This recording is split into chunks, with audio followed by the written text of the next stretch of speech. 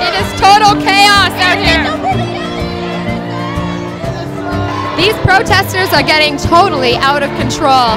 It is ridiculous, the amount of support and the amount of animosity that we see here tonight regarding the Bard himself.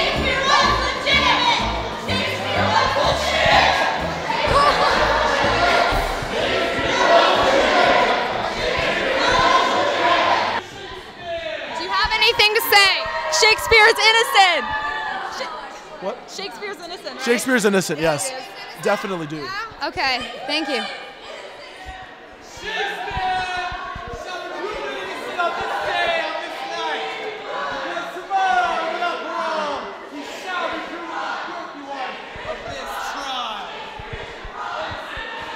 And let's see what the guilty side has to say.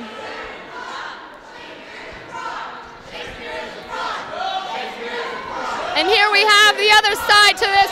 Do you guys have any comments with the camera? Shakespeare was an idiot and didn't write anything. She's a fraud.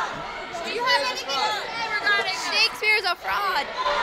Apparently they think that Shakespeare was a fraud. So there we have it, both sides telling their story. And we will have to wait until later tonight for this dramatic event to unfold.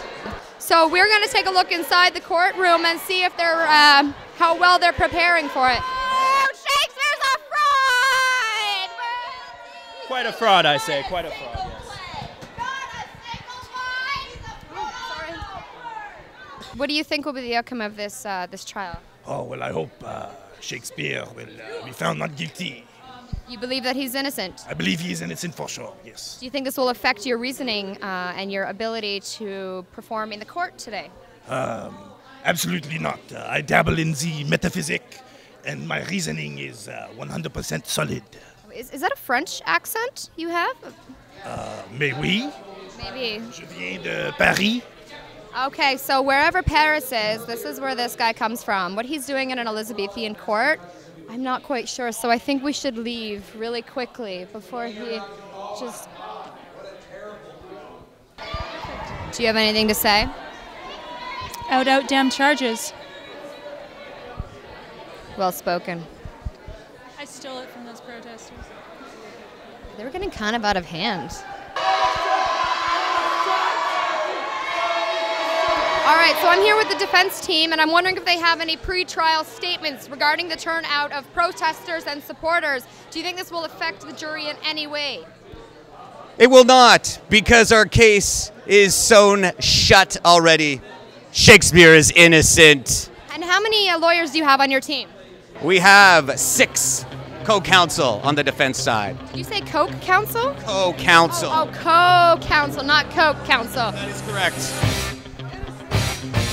The prosecution is extremely confident with our case. We think we have the facts, and we think that the decision that needs to be made by the court is clear. And how many lawyers do you have exactly on the prosecution tonight? We have a team of 5 crack lawyers.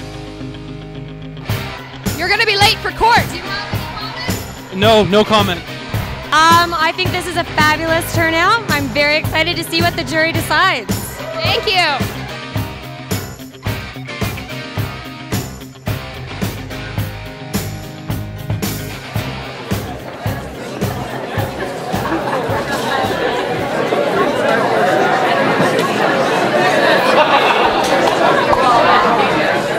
Mr. Shakespeare! Hey, no! Hey, no!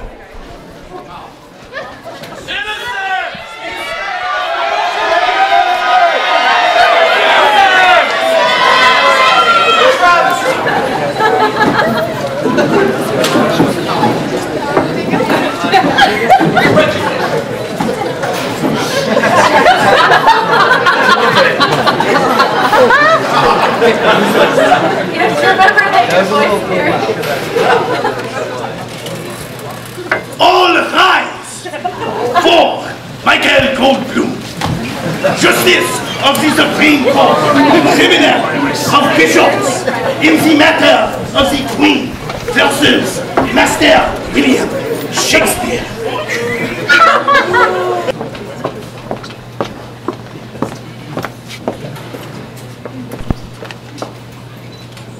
Please be seated. Ladies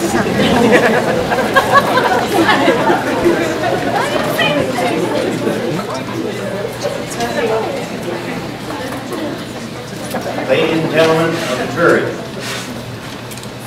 as jury members, you have an ethical responsibility to listen to this case with objectivity.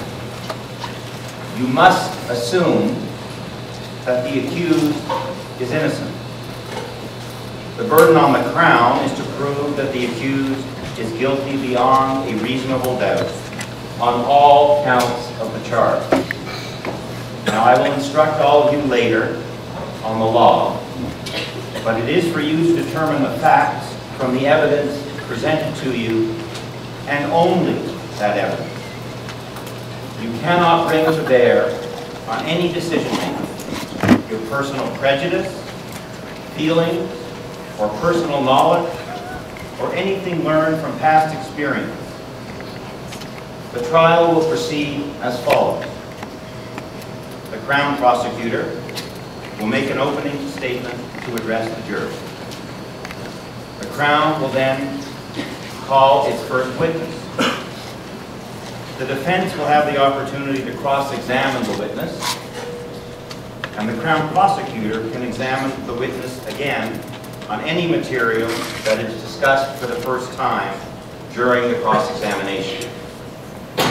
This process will continue with each witness until the Crown rests its case. Then the defense has the option of calling witnesses. If the defense opts to adduce evidence, we will proceed in the same manner that I have just described. The defense and the Crown will then have an opportunity for closing statements.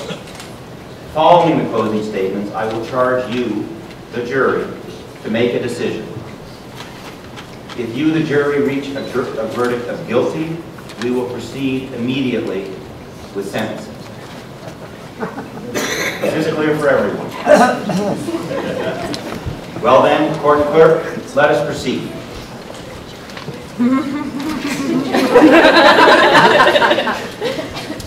William Shakespeare, please rise.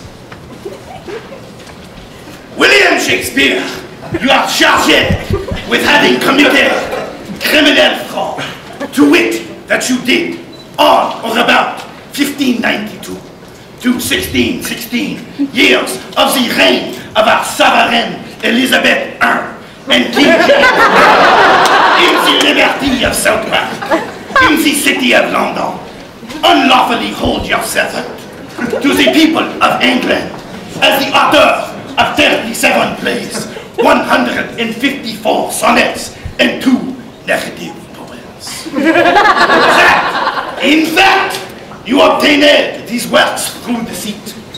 That, in holding them out as your own, you did.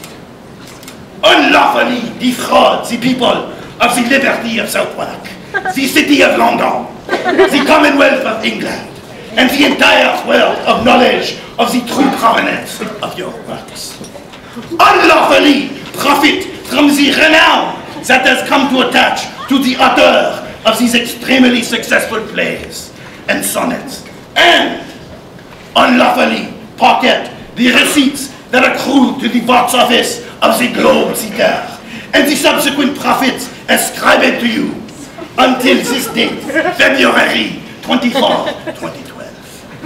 And that in so doing, you committed criminal fraud, as defined by section 380 of the Criminal Code of Bishops. William Shakespeare, how do you plead? These Frenchmen are very long-winded. I plead not guilty, Your Honor. Very well. I will now then ask the Crown Prosecutor, Dr. Crooks, to provide an opening statement. Dr. Crooks. My Lord Justice Goldman, ladies and gentlemen of the jury, fraud is a serious crime.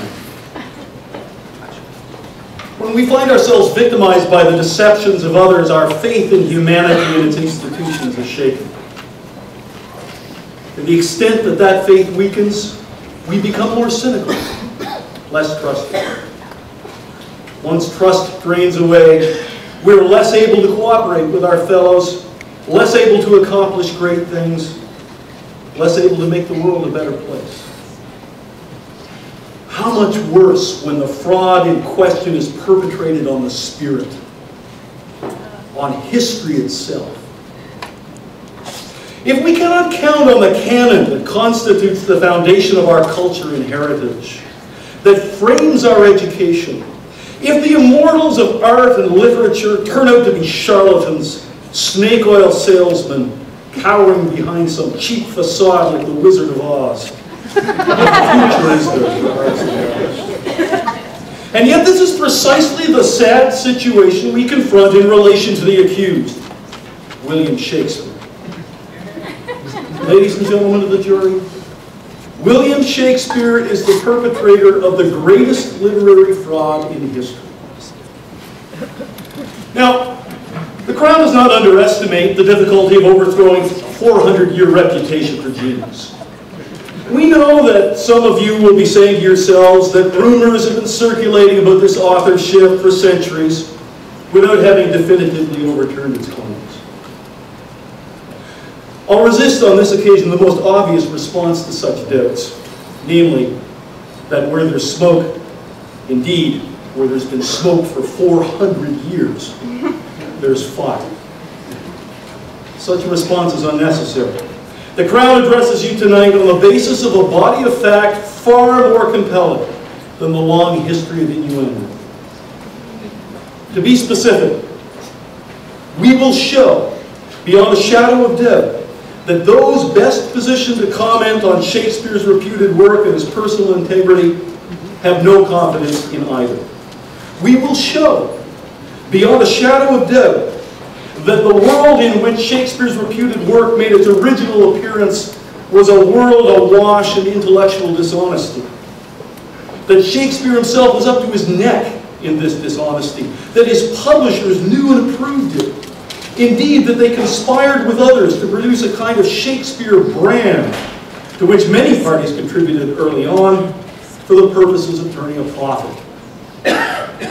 We will show, beyond a shadow of doubt, that the record of Shakespeare's own activities indicates love of money as opposed to love of truth as the principal trigger of his activities in the theater and outside of it. We will show, beyond a shadow of doubt, that even if truth had been his first concern, Shakespeare lacked the education required to represent it in the subtle terms passed down to us in the plays attributed to him. Finally, we will propose a far more compelling account of how those plays were produced, of who really developed the Shakespeare brand and drove it forward artistically. So, ladies and gentlemen of the jury, open your minds. Don't be cowed by 400 years of hearsay, or by loyalty to the unsurpassed beauty of the plays themselves. They are beautiful. That's beyond question.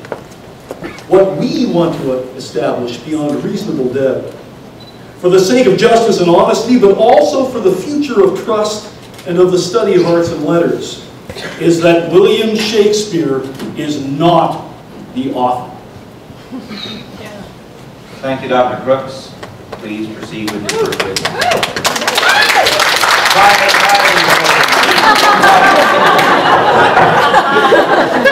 My lord, the prosecution calls as our first witness Ben Johnson.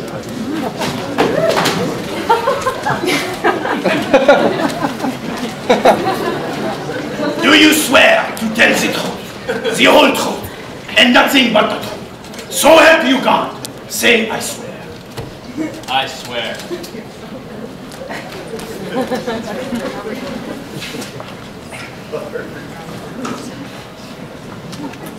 Nice neck finish.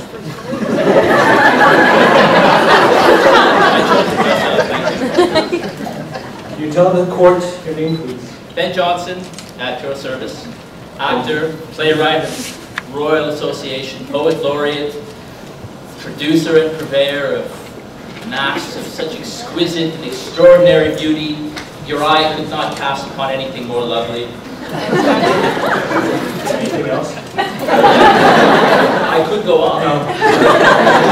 Master Johnson, Did you know the accused William Shakespeare? I'm well acquainted with Mr. William Shakespeare, the accused. He and I were playwrights together in London. Will, he wasn't bad with words, but in my opinion it was much ado about very little. A man needs a bit of modesty to keep him honest, and Will, well, Will was a problem. Not much Latin and little Greek, if you catch my meaning. Can you, Dr. Johnson, briefly, please, describe your relationship with the accused? I don't like to speak ill, but I'd say our relationship was a bit lopsided. My royal connections, my poet laureate status, my acquaintance with the young ladies, Will reveled in it. My aunt certainly wouldn't have approved, but I fancy I was his gateway. He was always shilling, but he wouldn't pound the pavement himself. Thank you for that statement. My pleasure. Now, Dr. Johnson, did you or did you not file a criminal complaint to the police accusing this individual of fraud? Oh yes, it was I, and it was for his own good. Language most shows a man, and Will, what can I say? The play's the thing, isn't it? And Will, he loved to play. His inky fingers were stained in more than one pot. He's a bad influence to the profession. My lord, the defense must object for want of relevance. The witness has already answered this question. Character assassination is totally inadmissible. Ridiculous. The objection is sustained. Jury members, please disregard the last response of the witness. Thank you. Major Saunders, please proceed with your cross-examination. Thank you, Lord.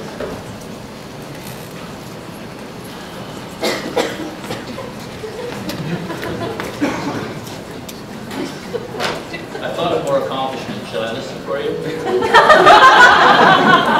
I'm afraid we haven't the time, sir. Your loss. Is it true that you were imprisoned for writing a play in collaboration with Thomas Nash called Isle of the Dogs in 1597? Isle of Dogs. Isle of Dogs. It was a miscalculation. Philip Henslow was pushing for that one. Is it true the authorities called your play a lewd play full of seditious and slanderous matter, and you had the audacity to satirize the Queen? Authorities, critics, what of them? What can you do about them? They protest too much, and they clearly miss the irony. Yes, the irony. Art hath an enemy in ignorance, and my only regret is their interpretation wounded the heart of our fair Queen. Have you ever been arrested and in prison for any other offense? Mere trifles. Were you not imprisoned 1 year later for the murder of Gabriel Spencer, one of your fellow actors and collaborators on the Isle of Dogs? What of it? I have been tried and cleared in that matter. I pled benefit of the clergy. I read them my poetry, and they had to let me go.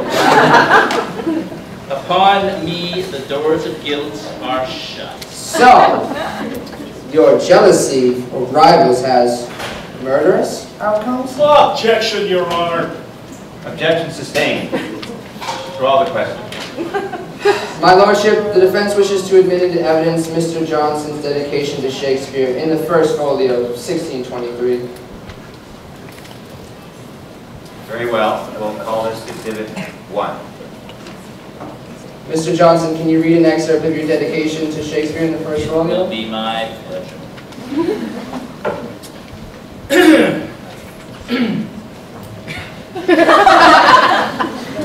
To draw no envy, Shakespeare, on thy name, am I thus ample to thy book and fame? Will I confess thy writings to be such as neither man nor muse can praise too much? Soul of the age, the applause, delight, the wonder of our stage, My Shakespeare, rise! I will not lodge thee by Chaucer or Spencer or bid Beaumont lie.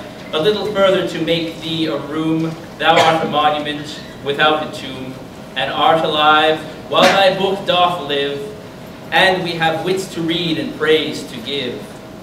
And though thou hadst small Latin and less Greek, from thence to honor thee he was not of an age, but for all time, Ben Jonson.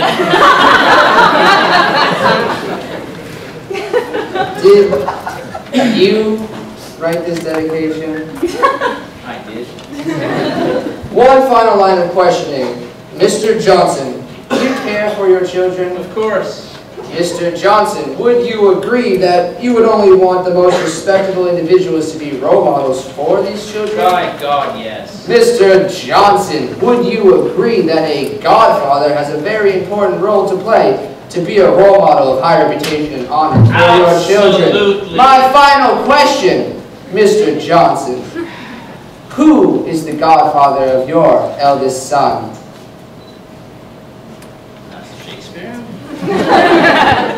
For the benefit of the court, may we have that one more time, Mr. Johnson?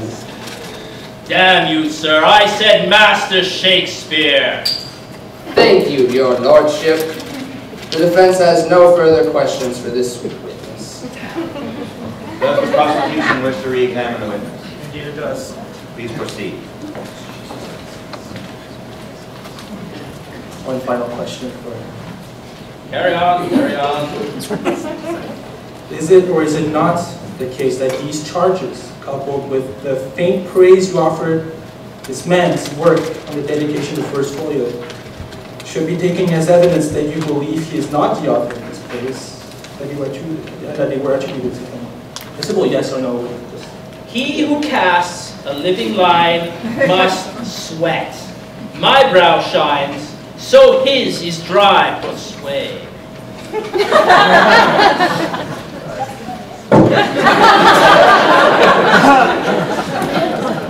that all expected of me? Thank you, Mr. Johnson. You may step down. Well, bloody toss.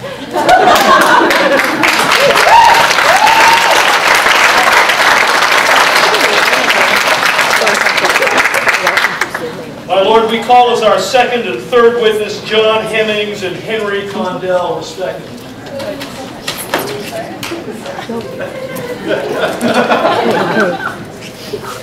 Place both of your right hands on the Bible. Do you swear to tell the truth, the whole truth, and nothing but the truth? So help you God, say I swear. I swear. We swear. I swear.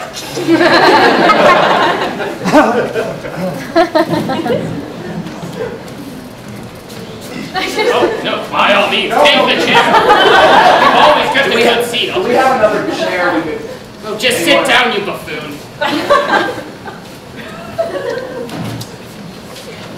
I'm afraid I'm going to have to... Oh, thank you very much. Very kind.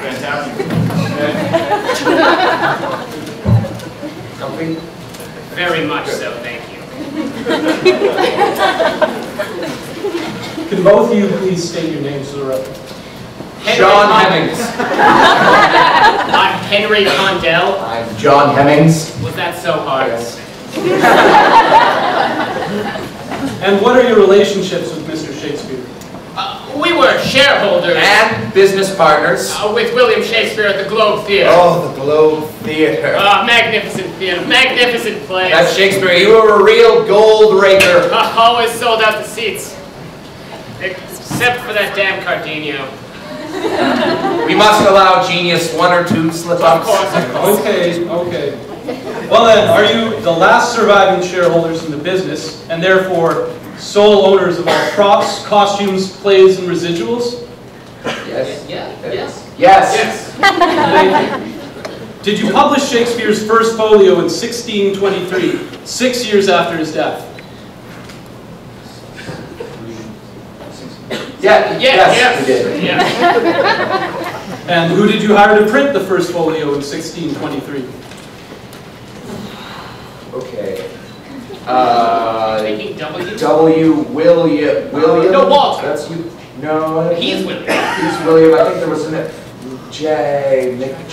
No. William Jagger. That's it.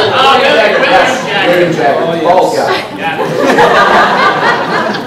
My Lordship, Crown wishes to admit the title page of the second edition of the Passionate Pilgrim, circa 1612, into evidence. Very well, we'll mark this exhibit, Exhibit 2.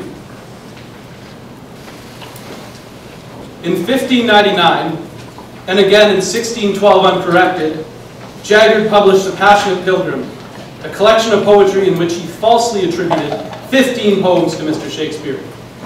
One of these poems is actually the work of Mr. Christopher Marlowe, and on this connection, my colleague will have more to say. Jagger also pirated a number of quartos before the first folio was published. Can you outline the relationships and dealings with this man? Jagger. William Jagger. Yes. Yeah. He was a bootlegger. You said something about bootlegger. He was he a pirate? I don't think he was a pirate. I remember an eye patch. He was a jolly sailor. Okay. Thank you, gentlemen. Thank you.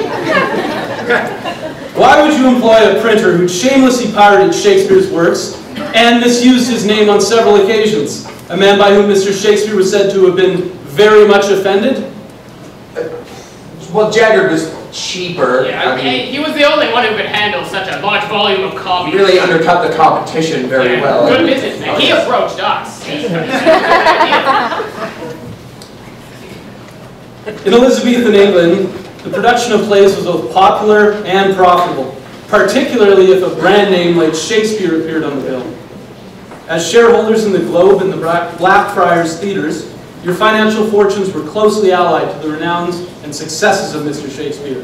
Is that what is at the bottom of your business dealings with Mr. Jagger?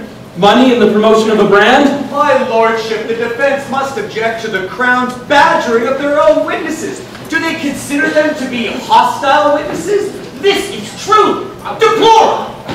Deplorable. The objection is sustained that the Crown will cease badgering the witness. Yes, my lord. My lordship, the Crown wishes to admit the good and the bad quartos of Hamlet into evidence.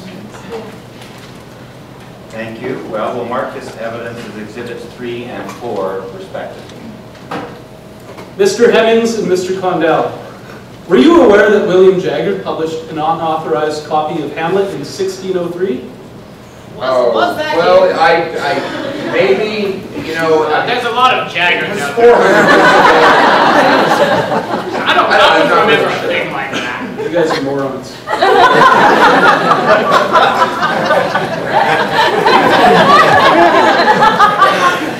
And why did you, knowing that Jagger was a notorious bootlegger who desired to make a profit off Shakespeare's brand name, choose him as the printer for the first folio? Yes, why did you? Well, he approached us. No, totally. And it was just to cover our costs and expenses. We had to go with We were trying to honor the memory of Yes, our friend, I mean, preserve him for all we made a eternity. few stupid mistakes along the way. Of course, everyone does that. I told you, he approached us. It was his idea. Gentlemen, please focus. Now, accounting for inflation, how much money did you make with the sale of the first folio? Some.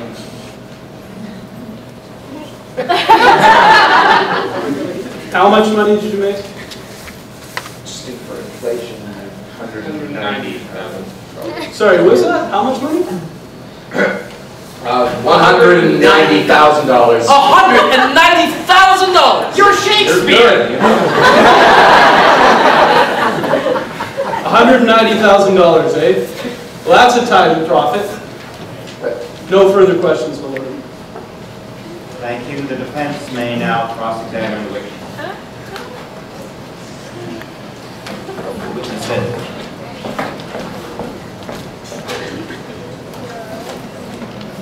Mr. Hemings, Mr. Condell, thank you for coming today. I would first like to address certain allegations made by the prosecution. Is it possible that the 1603 quarto of Hamlet was not, in fact, pirated, but rather an earlier version of the Yes. play? We should have mentioned this. Yes, we definitely should have. We tried. He just kept interrupting us. What are we supposed to do? This was just an earlier version. Shakespeare hadn't put all his master touches into it. It needed some editing, maybe. To be You're not to be. Yeah. Oh my God. And you have mentioned your work with the Globe Theatre, but could you maybe characterize in more detail your relationship with Mr. Shakespeare? We were very close. We worked with him for years. Yeah, almost our entire lives. He's such an artist and a genius. He was like the best. Oh, absolutely.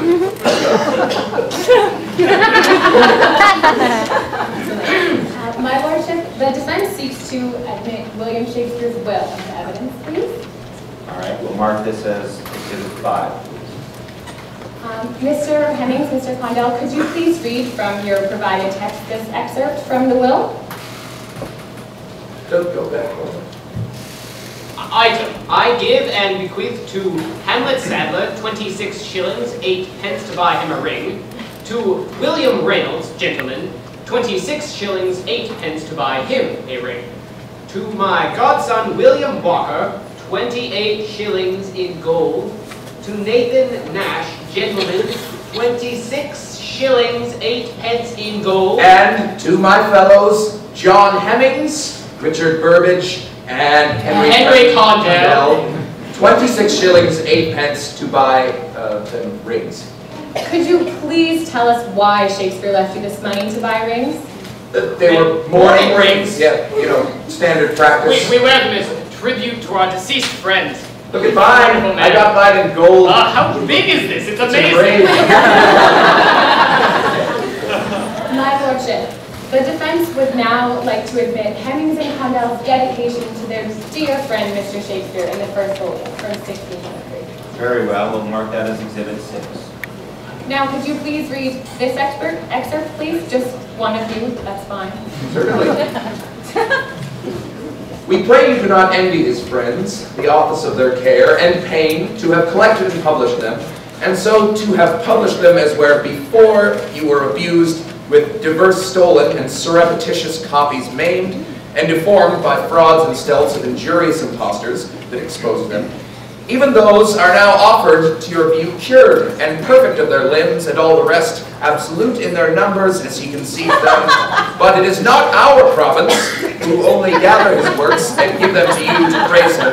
It is yours that read them, and here we hope to your diverse capacities that he will find enough both to draw and hold you, for his wit can no more lie hid than it could be lost. Read him therefore, and again, and again.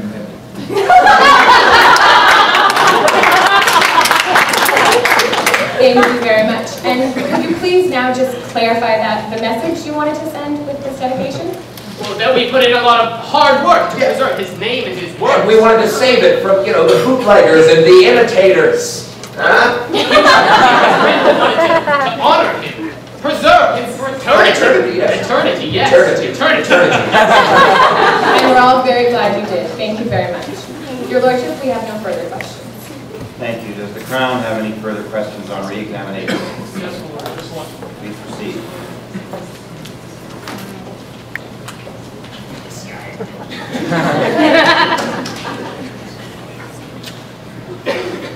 Mr. Hemings and Mr. Condell, the first folio you have in front of you. Would you please recite your dedication to Mr. Shakespeare? Please, go. The fate of all books depends upon your capacities, and not of your heads alone, but of your purses. Well, it is now public, and you will stand for your privileges, we know, to read and censure. Do so, but buy it first. Judge your 6 pennies worth, your shillings worth, your 5 shillings worth at a time or higher. So you rise to the just rates and welcome. But whatever you do, buy. Once more, that last word again. Buy. Thank you. Thank you, Your Lordship. The prosecution has no further questions for the witness. Very well. Gentlemen, you may step down. Swag.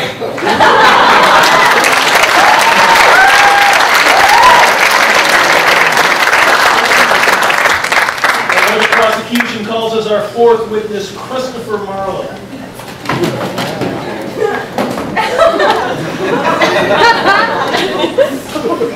place your right hand on the Bible.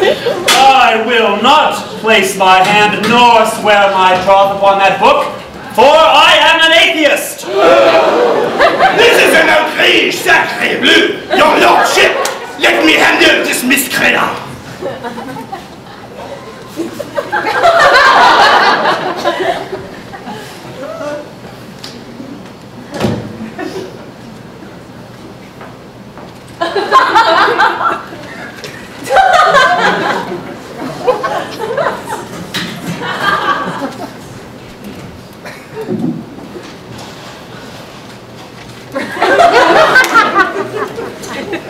So, Monsieur Atheist, have you not heard of René Descartes and his method of the doubt radical? I have not. Oh, then, Mrs. Do you trust your senses with certainty? I do. But of course not, Monsieur Atheist. For it is possible you are dreaming to sleep, perchance to dream, no? Maybe an evil genius warps your mind, and everything you see is false. Maybe you are crazy, shivering naked with madness, in a storm of your mind right now, believing you are king. Maybe yes, in your case probably, the Matrix, no? Inception? You cannot nothing with certainty.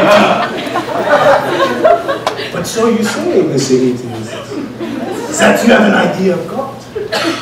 For what else is it that you negate when you say there is no God? And is it not the case that God is the most perfect conceivable being? And that therefore, since existence is a perfection, he must exist by definition, for something that exists is certainly more perfect than something that does not. And that God must also be morally perfect. He exists and would not deceive us about the world, Monsieur Atheist. Do you follow me? The logic is inescapable. And so you may see, Monsieur Marlowe, clearly and distinctly, that it is the height of absurdity to refrain from swearing on the good book of our deity, for it is he who in his perfect moral integrity guarantees the possibility of the veracity of your testimony.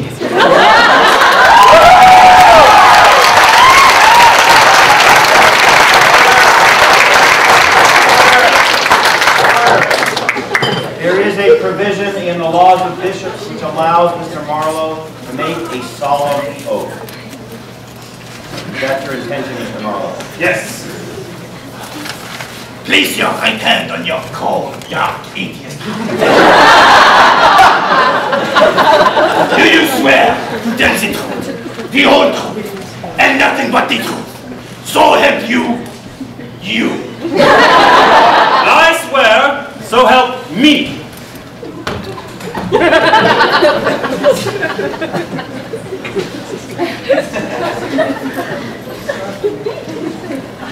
Prosecution, your witness.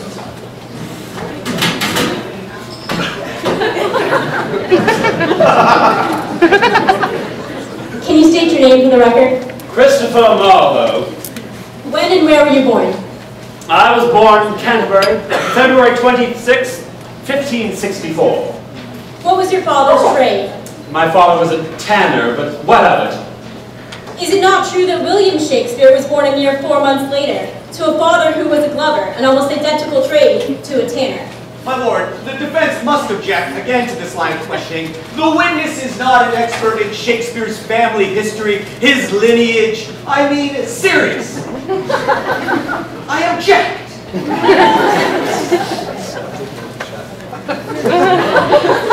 I object.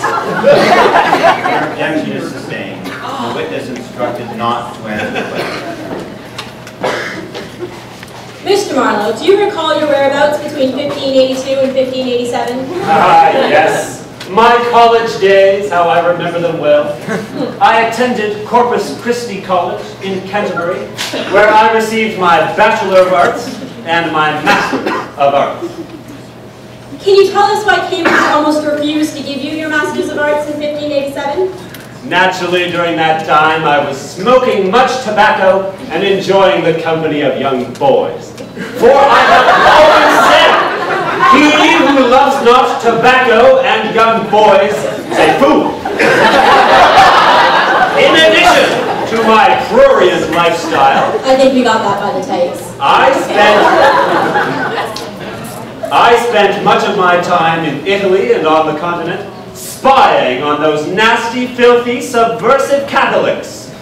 I missed so many classes that the Queen was forced to interject on my behalf, and the MA was mine, proof of my prodigious intellect. So, you admit to spying against the English Catholics on the continent? Indeed, for those nasty, filthy, subversive, poking Catholics were seditiously plotting to assassinate the very Queen I hold so dear. Who did you work for when you moved to London in 1587? I worked at the Rose Theatre, where I produced many splendid plays. Do you not remember Ned Allen strutting the stage as Tamburlaine, conquering the world and forcing that Persian king to bash out his own brains? They were marvelous plays. They were Marlowe plays. All right. Well, can you tell the court what happened the night of May 30th, 1593? My lordship, the defense must object yet again. For this line of questioning, the witnesses' social life and spy game exploits, they can all be fodder for the press, but they have no place in this court of law. A court of law where an innocent man stands trial. An innocent man! Overruled, overruled. The witness will answer the question. Yes. Does it not strike you as a bizarre paradox that I should be sitting here in the flesh to tell you about the day that I died? Nevertheless, I had just been released from jail, and I was in the mood for some revels.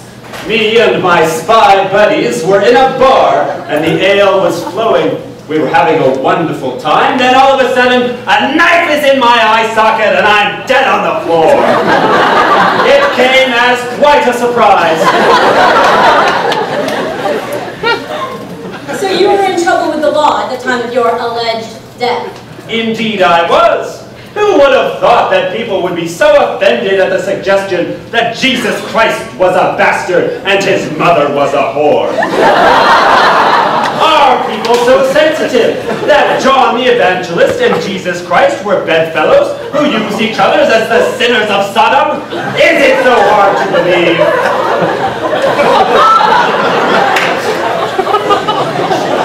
Just to clarify, you were jailed on the charge of heresy. You may call the truth what you would, dear prosecutor, but I still call it the truth.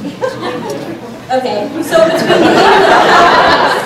between the English Catholics who hated you and the charges of heresy, you would have had ample motive to fake your own death. Objection, my lord! The Crown is putting words into this witness's mouth. The horror!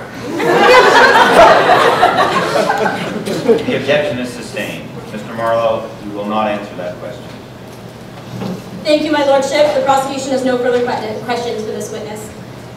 The defense wishes to proceed with cross-examination. Please proceed.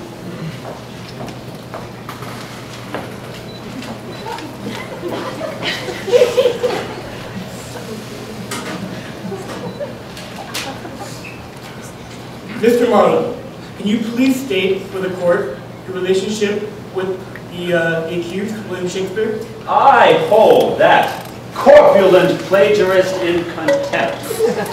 While I was working at the Rose, he was producing such low-grade fodder for the Globe that he was forced to plagiarize one of my own works. Have you read The Jew of Malta? I wrote The Jew of Malta, and The Jew of Malta is infinitely superior to his Merchant of Venice. My Barbarous could defeat his Shylock in a contest ability any day of the week. And I would like to add that I am not alone in accusing that man of plagiarism. My friend, Thomas Green, said of Shakespeare, and I quote, He is an upstart crow, beautified with our feathers. With his tiger's heart wrapped in a player's hide, he supposes he is able to bombast out a blank verse as the best of us. And being an absolute Johannes factotum, he, in his own conceit, is the only shake scene in the country. Mr. Marlowe, you were the main playwright for the Rose Theatre, and my defendant, William Shakespeare, worked for the Globe, your arch rival. How do you feel about the accusation made by the prosecution that you faked your own death and returned to write for your enemy? Ridiculous! How could I ever be confused with that man?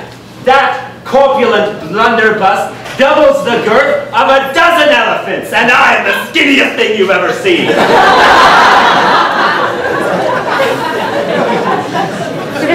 Did you fake your own death and come back to London under the assumed name of Shakespeare as the prosecution proposes? Absolutely not. Preposterous. Meaningless. I am offended by the very suggestion. Thank you, Mr. Marlowe. My lord, the defense has no further questions for the witness.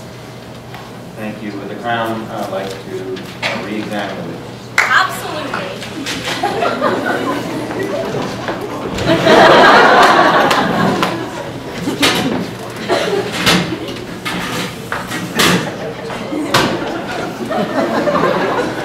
Are you willing to give credit to Shakespeare and not seize it for yourself? Shakespeare is celebrated as the greatest English literary mind of all history, a man of all ages. There are Shakespeare courses, Shakespeare bookstores, Shakespeare movies, Shakespeare everything, and yet the only place you are remembered is in Dr. Adele's mangy mutt Marlowe.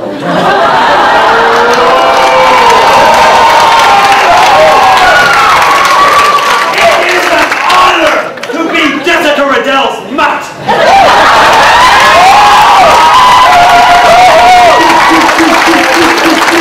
How dare you besmirch the name of Christopher Marlowe? This is not a court of law! This is a mock trial! Now, feast your eyes upon my rump, Goldblum! You might all have a taste of this spectacle! Contempt! Oh, God's wounds!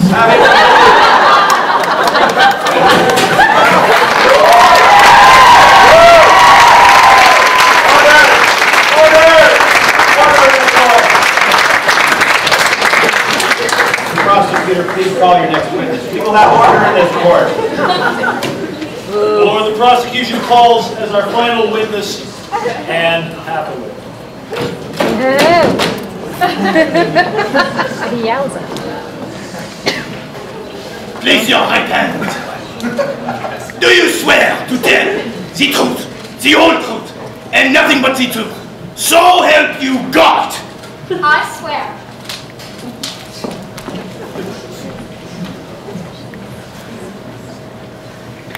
State your name for the record. Anne Hathaway. What is your relationship with Mr. Shakespeare? He is my husband. And when did you get married? November 27, 1582, in Stratford-upon-Avon. 6 months later, we were blessed with the birth of my dear sweet daughter, Susanna. Can you describe your state of health at the time of your marriage? I was round-wombed with child. I almost had a child in my cradle before I had a husband for my bed. Do you smell a fault? Well, there was good sport in the making. State your age and the age of your husband when you were married. I was 26 and Willie was 18.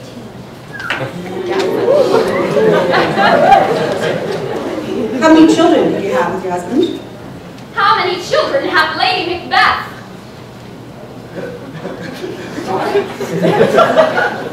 We had 3 children. I gave birth to twins in 1585, Hamlet and Judith.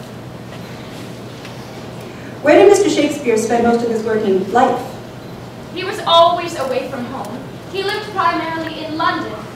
He sent money from time to time, but he only came home when he had to. When my poor sweet Hamnet died at the age of 11, he only came back for the weekend. There is neither honor, nor loyalty, nor good fellowship in this man. My lordship, the Crown wishes to revisit Shakespeare's will.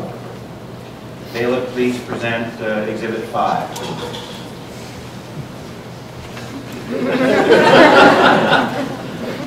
Are you familiar with this document? Yes, I am. So could you please read the following excerpt from your husband's last will and testament? Item, I give unto my wife my second best bed with the furniture. Item, I give and bequeath to my said daughter Judith my broad silver gilt bowl. All the rest of my goods, chattel, leases, plate, jewels, and household stuff, whatsoever after my debts and legacies paid, and my funeral expenses discharged, I give, devise, and bequeath to my son-in-law, John Hall, gentleman, and my daughter Susanna, his wife, whom I ordain and make executors of this my last will and testament. Can you describe your reaction when you read your late husband's will? How do you think I felt? After I was left to fend for myself and raise 3 children alone without any help, all he left me was the second best bed. And poor Judith, you left her a silver bowl. I always knew Susanna was his favorite, but to make her and her husband executors of the will? Unbelievable! The sting of iniquity, a pox on your head. He is a beslubbering, clapper-clawed bugbear. You paunchy, common-kissing bugbear. You impertinent, raw-bellied foot-licker. You impertinent, smug bastard. Do that! And I will object for my will.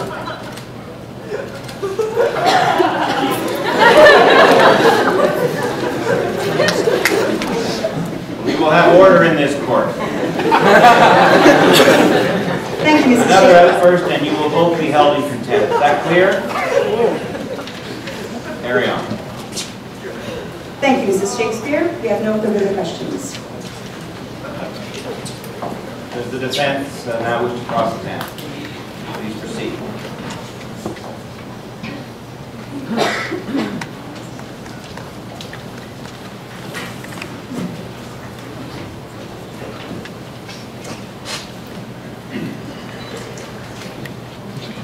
Mistress Shakespeare, you've testified that you married the defendant here in November of 1582 and that you were already with child prior to your marriage. Is that correct? Yes, that is correct.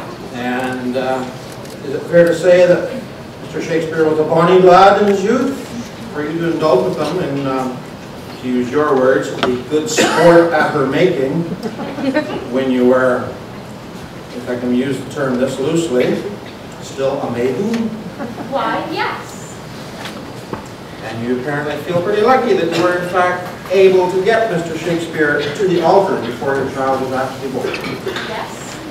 Yes. Fortunately, you were able to find a youth so naive and so honorable as to marry someone in your despoiled condition. Tell us, Mr. Shakespeare, just who was the natural father of your child? Why, William, of course. What do you think I am, some whore? Some common hussy? Indeed. Well, Mr. Shakespeare, I think we've indeed established what you are. Perhaps we can turn to the will now. It states, I give unto my wife my second best bed with the furniture. So it wasn't just the bed, was it? No, if you want to be specific. I do. And you received all that you were entitled to? Yes, I did. Thank you. And you never contested the terms of the will in court? No, but I certainly thought about it. The nerve of that bastard. And finally, madam, though I really do hate to bring up such a distasteful subject, I see that at the time of your death in 1627, you were considered to be a well-off widow. Is that a fair assessment of your condition? Well, I don't know what you mean by well off, but I wasn't starving, certainly. So, comfortably well off. Thank you. Mr. Shakespeare, thank you very much. No further questions, Your Lordship.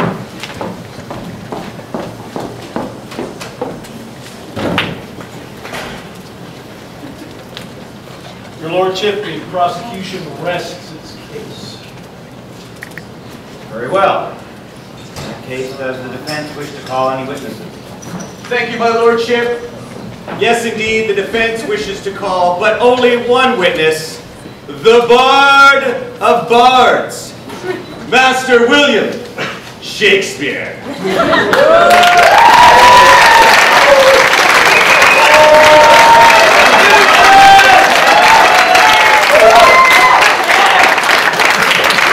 Place your right hand on the Bible. Do you swear to tell the truth, the whole truth, and nothing but the truth? So help you God. Say I swear. I swear.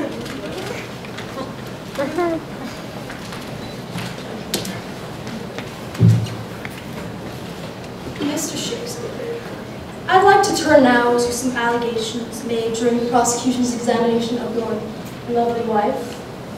In your will, why do you leave your wife the second best bed? Why not the best for your wife? The best bed was traditionally left for guests, and it was lumpy, the duvet itched. I think one of the pillows was made of wood. Whereas the second best bed was our married bed, and there was good sport in it. I left it for sentimental reasons. And to your knowledge, was the will ever contested in court? Where there's a will, there's a way. But no, not to my knowledge. Thank you. And I'd like to turn now to your school days.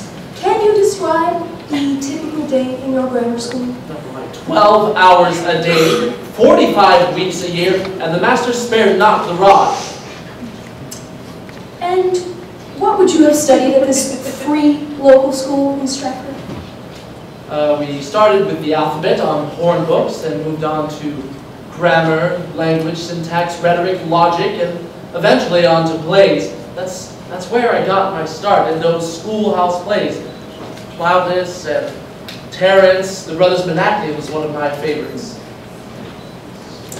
And after such a rigorous education and an illustrious career, why did you decide not to print your plays? You could have been even more famous. Because I was not a playwright.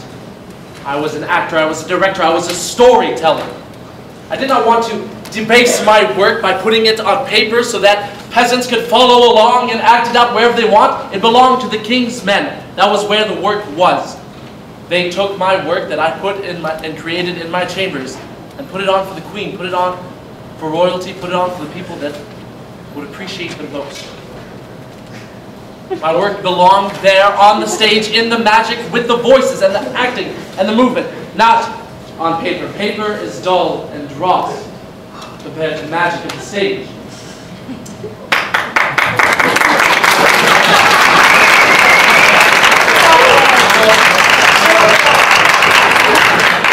Now, Mr. Shakespeare, do you acknowledge that a number of your plays were based off of other people's works?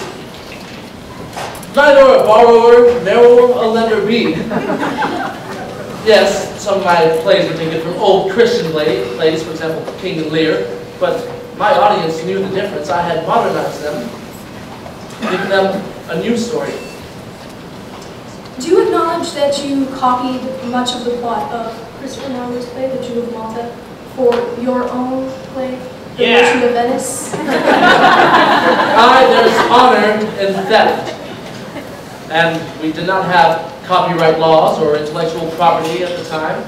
And did much worse by taking my metaphors from Adonis into his really horrible hero and Leander. And what do you make of the conspiracy theories surrounding your authorship? What you do about nothing. How would you respond to your accusers like Ben Jonson? Tell me, can you name a play by Ben Jonson, or you a play by Christopher Marlowe? No one can name these plays except dusty academics. Thank you, my lordship. Defense is over. Very well. The Crown, they cross-examine.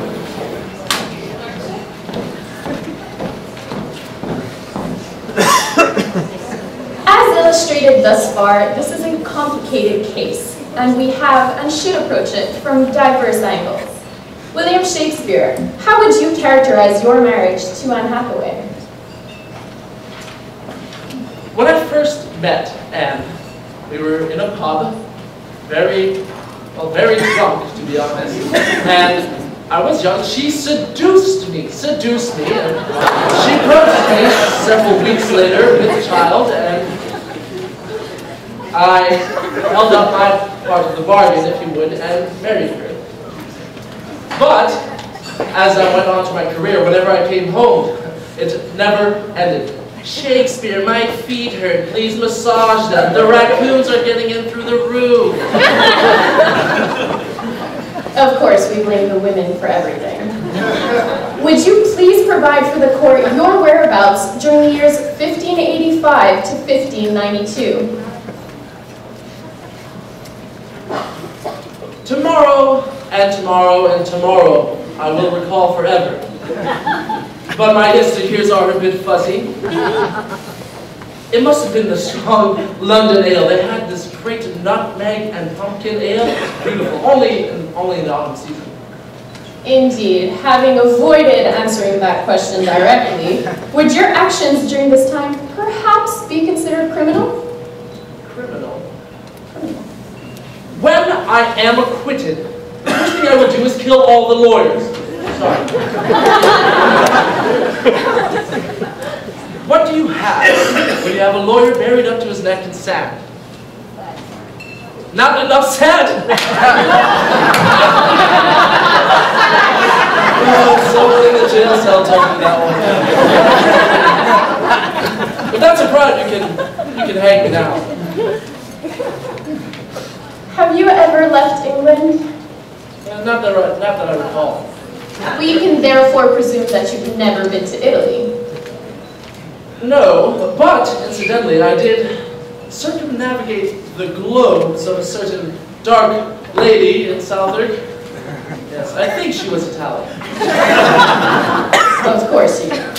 How can you account for the fact that the following plays were at least partially set, if not fully set, in Italy? The Merchant of Venice, Two Gentlemen of Verona, Julius Caesar, All's Well That Ends Well, Anthony and Cleopatra, Coriolanus, Cymbeline, Romeo and Juliet, Taming of the Shrew, The Tempest, and none other than Othello. Tell me, prosecutor, when you are working on your briefs in your stuffy office, do you not ever place yourself on the beaches of Cyprus or on the shores of Gibraltar? Or you, students of chemistry, biology, English, even drama, when you do your homework, do you not put yourself on the great slopes of the Canadian Rockies, shredding, as it were, the slopes? Is it not possible to travel the globe without actually traveling? All the world's a stage, and all the men and women merely players. You know the rest. Let's come at this from a different angle. Would you characterize Christopher Marlowe as a learned man with extensive travel experience? Well, yes, he was an international spy. Indeed. Would Marlowe therefore have been familiar with Italy and those details? Well, that is where the English Catholics plotting to overthrow our beautiful and noble queen were resting, so I suppose so. Of course. We're going to change tack slightly just one more time. We have no records of you ever having attended grammar school, and yet you're considered the greatest English writer of all time? Your contemporaries, men such as Marlowe, had master's degrees from your time, and yet could not rival your flair and innovation. Where would you have attained the knowledge and the skills to write as they do? Well, record keeping was not as diligent in our time as it is now. And also, did you know that a grammar school education is the equivalent of a master's in classics from Cambridge or Oxford?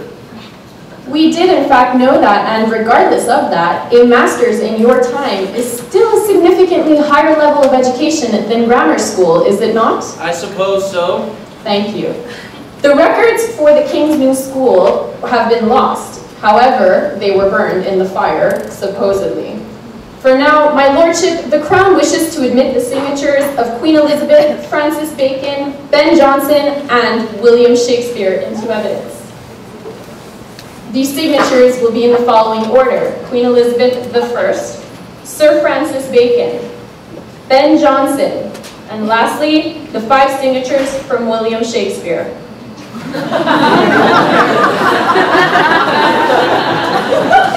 These are signatures of your name found on legal documents. Interestingly enough, we only have 6 surviving signatures from you, these 5 up here. Compared to the signatures of your colleagues and your queen, would you say that your signature represents a man experienced in the ways of penmanship and a quill? My lordship, the defense must object. The witness is not an expert in typography or orthography. He is the bard. He is an innocent man. His freedom is threatened.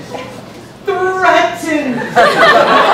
Tone down the dramatics, but we will sustain your objection. I will refrain, your lordship. You cannot even spell your name consistently, nor, as clearly illustrated by your signatures, do you use the same handwriting. Yet, how are we to believe that you wrote the greatest works of literary art? When I grew bored of one way of writing, much as I grew bored with this trial, I changed it. Our dear colleague, Christopher Marlowe, he wrote his name many different ways. Marlowe, M-A-R-L-O-W, Marlowe, M-A-R-L-O-E, Marlin, M-A-R-L-E-N, Marlin, M-A-R-L-I-N, and my favorite, the one I use, Marilyn. As we have seen during your examination and your cross-examination, in your last will and testament, you left money for your friends, you left the second best bed for supposed sentimental values to your wife, who we clearly saw that relationship before, and yet you didn't leave your manuscripts, your supposed artwork, your life, that which you cherish the most, to anyone. You clearly did not want to take credit for them unless you in fact were incapable of doing so because you sold your name to Christopher Marlowe. Objection! Objection! Objection! Has the Crown given up entirely on asking even a single question? Insanity!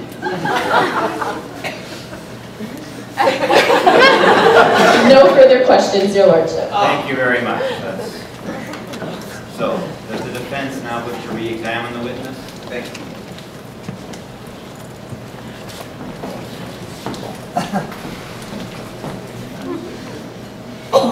Master Shakespeare, what was more important to you, your name or your art?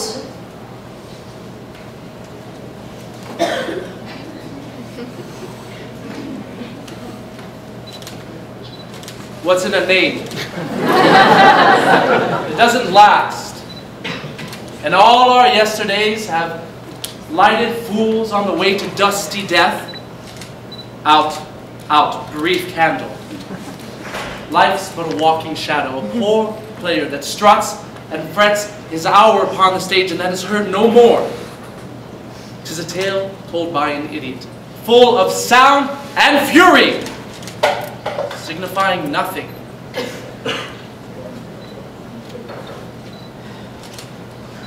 And who wrote these lines, Master Shakespeare? I did. Thank you. Your Lordship, the bench rests. Very well. Thank you, Mr. Shakespeare. You may sit down, and we will now call for the closing statements from the defense, followed by the Crown. Defense.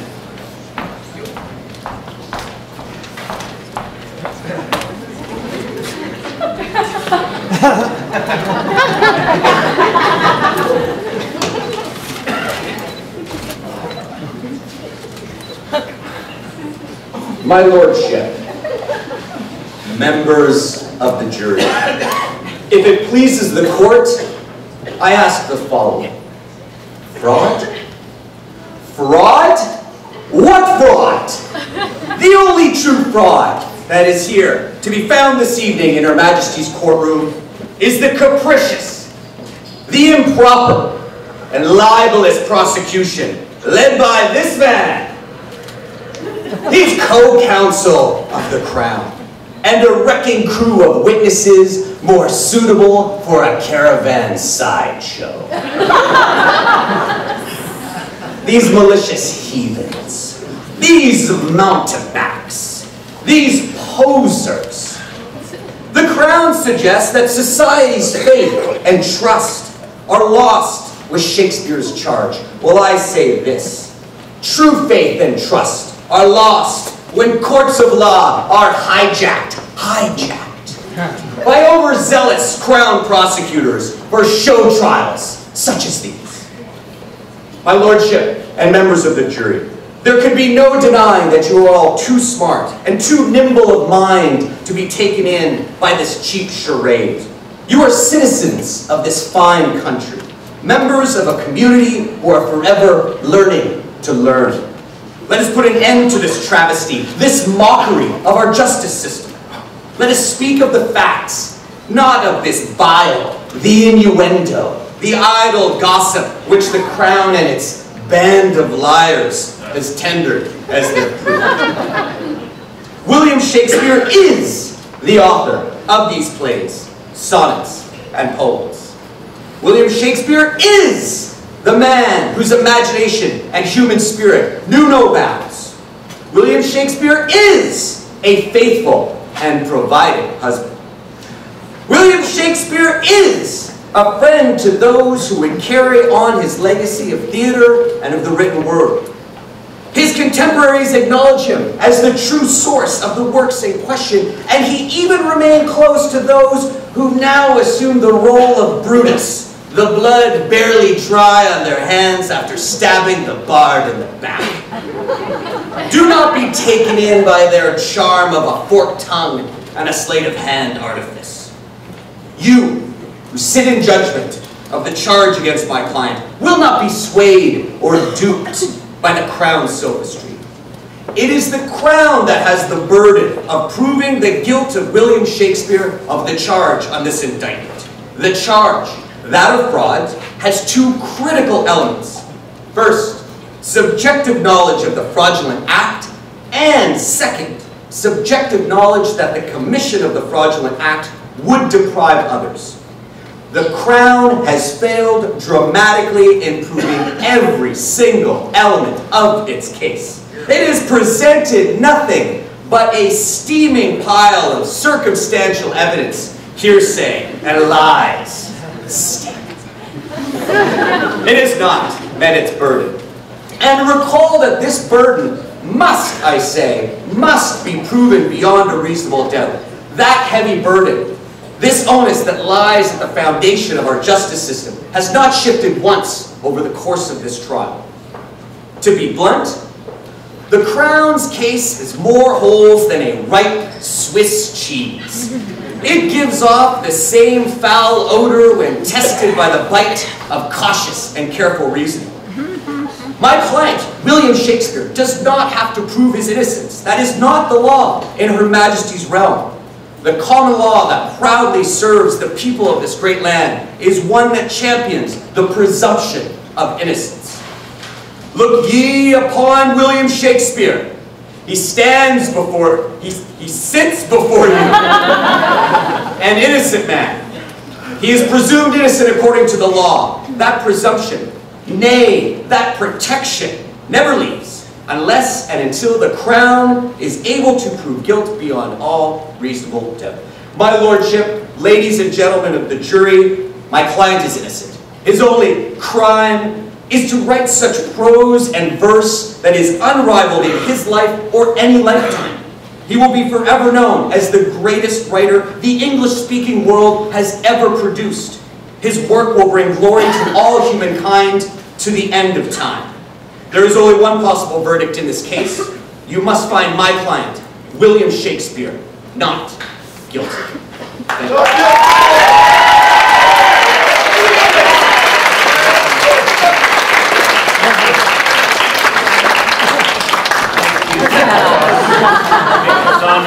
Please sit down. Thank you very much. Dr. Crook.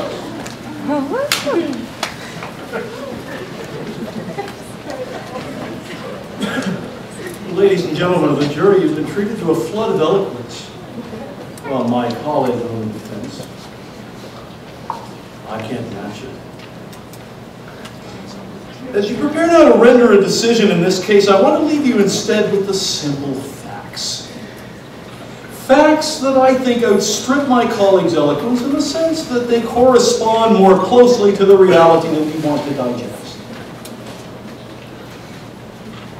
Regarding the character of the defendant first, fact. The traces of him in the official records of England of his day show us someone dedicated to the pursuit of profit, to the point of bending and breaking the laws of the land, not a sensitive artist. Fact. In the course of his pursuit, he neglected his wife, Anne Hathaway, entirely, and made a show of treating her shabbily in his own will. On the question of whether Shakespeare had the wherewithal to write the plays that have come to be attributed to him and stand under his name. Fact. Ben Jonson, one of the great and celebrated minds of English literature, author of the preface to the first folio, presumed initiate to Shakespeare's world and his art, brought the charge of fraud. Fact. Shakespeare's own paltry education is utterly incongruous with his knowledge of history and culture. His producing them is as likely as an elementary school student producing breakthrough research in quantum physics. On the direct evidence of fraud in works attributed to Shakespeare. Fact. The first folio is a work of many hands. Fact. William Shakespeare's publishers, Hemings and Condell, collaborated with William Jagger, who, pursuing the advantages of developing a Shakespeare brand, published work falsely attributed to Shakespeare. It's a fact. And finally, on the Crown's proposal that Christopher Marlowe, having faked his own death for political reasons, drove the development of the Shakespeare brand. Fact. Marlowe's disappearance corresponds almost exactly to the beginning of the appearance of the most celebrated plays of the Shakespeare brand. Some of these plays were little more than redrafts of plays that we know Marlowe wrote. That's a fact, ladies and gentlemen of the jury. These are facts, ladies and gentlemen of the jury. I ask you to find the defendant, William Shakespeare, guilty on all charges.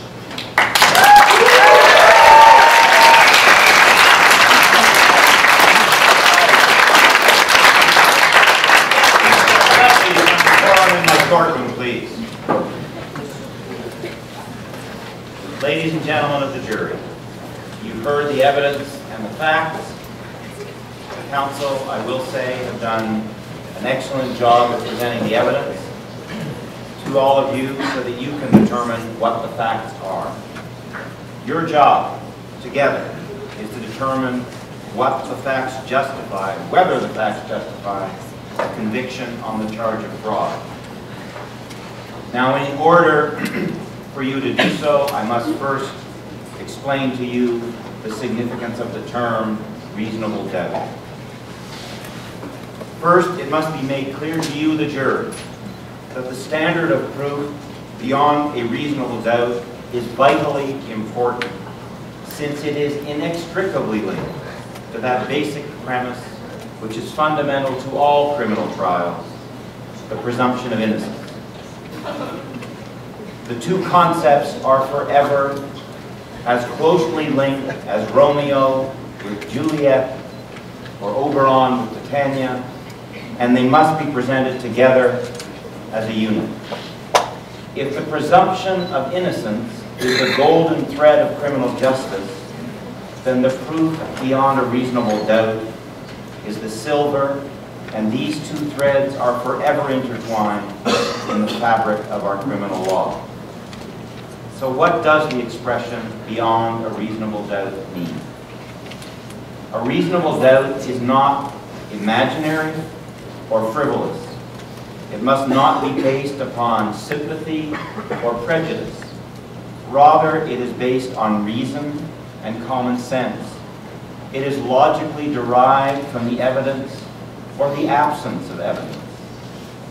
If, however, based on the evidence before the court, you are sure that the accused committed the offense, you should convict, since this demonstrates that you are satisfied of his guilt beyond a reasonable doubt. Now, I hope that we are all clear about evidence and points of law that have been presented in this case, and it will now be for you to deliberate. You may find the accused guilty or not guilty, and I will ask you to do so through a demonstration of applause. Are you ready to render your verdict? Yes. Very well. In the matter of the Queen versus Shakespeare, if you find the accused guilty on the charge of fraud, please applaud now.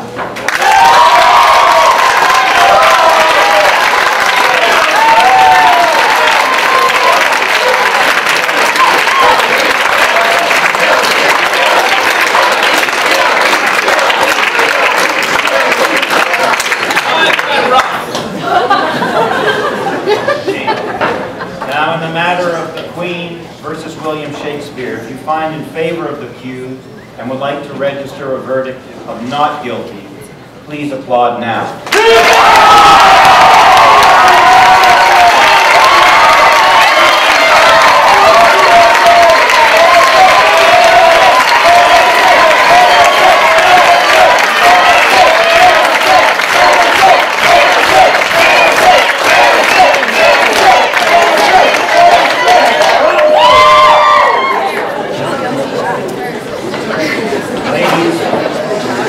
Ladies and gentlemen of the jury,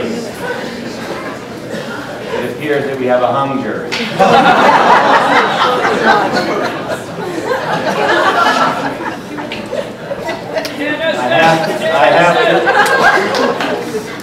I'm going to have to urge you strongly to consider the implications of a hung jury. If we have a hung jury, that means we have a mistrial. If we have a mistrial, I need to advise you that there are buses standing. They are standing by just outside the gate to take you immediately to Motel Lennoxville. Where you will be sequestered for a minimum of 10 days. During this time, you will be cut off from all outside communication, including the internet, particularly, tragically, newspapers. Your cellular phone will be confiscated, and you will not be able to see your family. And I think more seriously, you will not be able to go to the Lions. So, ladies and gentlemen of the jury, understanding the significant implications of a hung jury, I am again going to ask you to consider your verdict. So in the matter of the Queen versus William Shakespeare, if you find the accused guilty on the charge of fraud, please applaud now.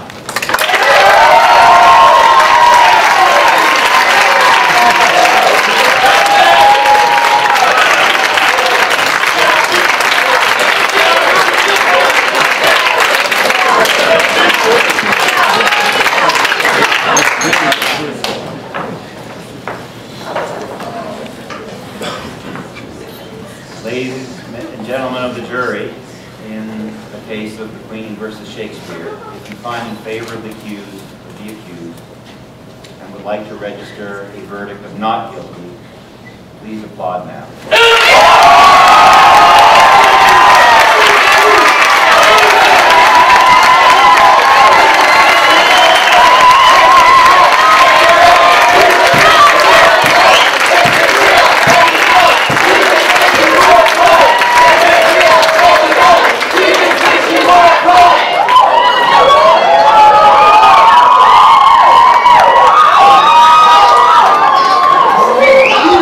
All hail the Queen!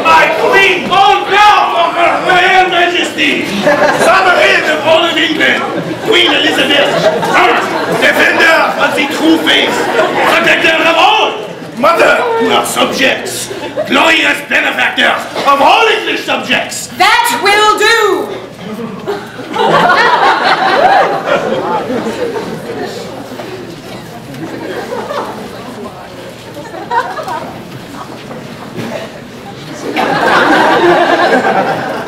My loving people, we have been persuaded by those that are careful of our safety to take heed how we travel to the 21st century and the new world for fear of treachery and Quebec drivers. But I do assure you that I do not live to distrust my loyal and loving subjects. Let tyrants fear. I have always so behaved myself that under God I have put my chiefest strength and safeguard into the loyal hearts of my loving people. And I am therefore come amongst you today, not for my own recreation and disport, but to save the life and reputation of Mr. William Shakespeare, who stands here wrongly accused.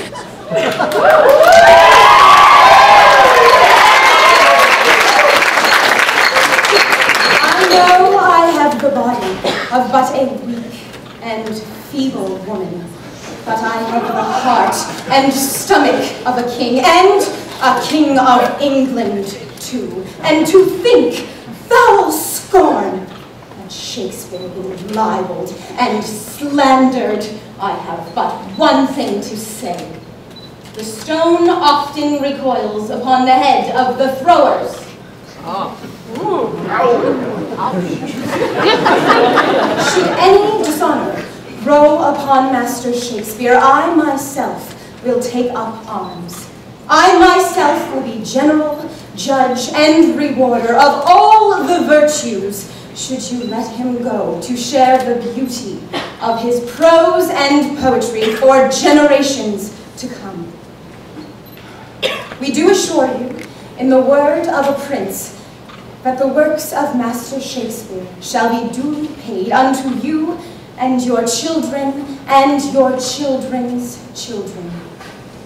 In the meantime, Justice Goldbloom shall be in my stead, and we shall shortly have the most famous victory upon those enemies of my kingdom, my people, and my literary sensibilities. Master Shakespeare, you are free to go.